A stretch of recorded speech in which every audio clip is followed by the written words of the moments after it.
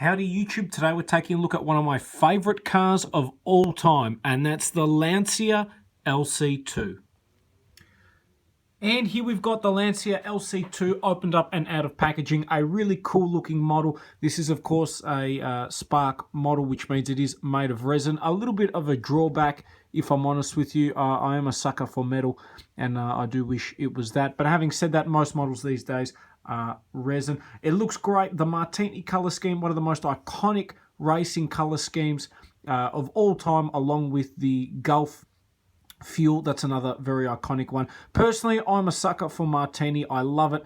They currently sponsor the Williams. It's just a really cool looking color scheme, and this is a really cool looking car from Le Mans 1985. An interesting year to bring I guess this version of the car. This car in general was ridiculously quick, you know, over a second quicker than the Porsches of that era, the 956 and then later the 962, but just never had the reliability to match, and that really hampered the car. Has a Ferrari V8 twin turbo motor, which is an absolute monster. Originally a 2.6 litre, then they bumped it up to 3 litres to try and help with power and reliability. Hopefully you guys can see the side of the car. Now, one drawback on the actual model is this rear wing. Now, the rear wing itself is not attached. You have to attach it itself, so you do need to glue it, and I'm never a fan of when things require assembly, to be honest with you. I don't know why they couldn't just have the wing molded on there. Anyway, it is what it is. Nice side profile of the car. There's something about Italian cars and gold rims that really works well. They're able to pull it off. Other than that, though, I think black rims on this would look sick as well. Great lines, great detailing. It is, I think, the best looking Group C car of all time, and I know that is subject to debate. Some people love the 962, 956 Porsches. Some people love the other stuff that is out there. But for me, this is the number one best looking Group C car. And here we've got the back of the car. Hopefully you can see. Again, being resin, you're not going to get a lot of detail. That is a drawback and a bit of a shame, to be honest with you. But overall, the car still looks... It's a mix between elegance and just brutal toughness. And that's what I love most about it. And here we've got the car from a more elevated view. As you can see, it looks outstanding. Driven by Cesario, Henry Pescarolo, and Baldi. Most of you probably won't know who those drivers are. Cesario, an Aussie driver, ridiculously quick, had enormous potential, but from what I've read, basically crashed a lot of the time, and that really hindered his career. Henry Pescarolo, a legend of Le Mans, had his own team, I guess more notably in the 2000s. Some great moments there, a real iconic pioneer, Le Mans team owner, and obviously a driver himself. And then Baldi as well, another Italian. One thing that was cool is that because Fiat had acquired Lancia and Ferrari just prior to the LC1 and LC2 Le Mans programs, a lot of the teams interlinked. So, for example, this car is a Lancia, but it uses a Ferrari motor.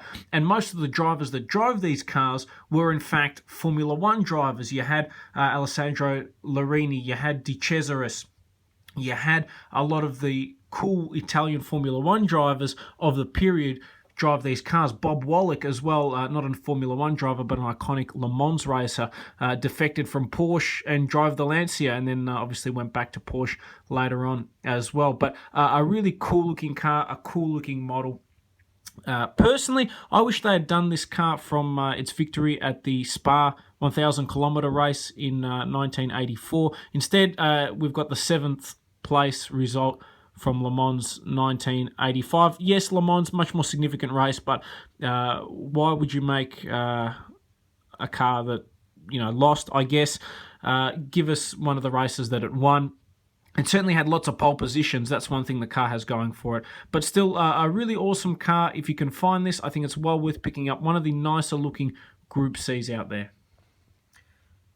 And here we've got a slightly more aerial shot of the car. I was lucky enough to actually see this car in person at not Caesar's Palace, at Las Vegas. There is a giant car museum at the top of one of the casinos there, which is really cool. And it did have this car there, so I was lucky enough to see that a couple years ago. It looks great. I'm going to bring in the Porsche 956 just for comparison. Now, don't get me wrong, this is a sick-looking puppy as well. Definitely a cool car. Two iconic color schemes, the Rothmans, the white, blue, red, and gold, and the Martini, pretty much a very similar mix of colors there, but I love that red. For me, I don't know why. I just think this looks nicer. I think it looks tougher, more aggressive than the Porsche. Yes, the Porsche was much more successful. This was faster, and faster is always better, except when it comes to endurance racing.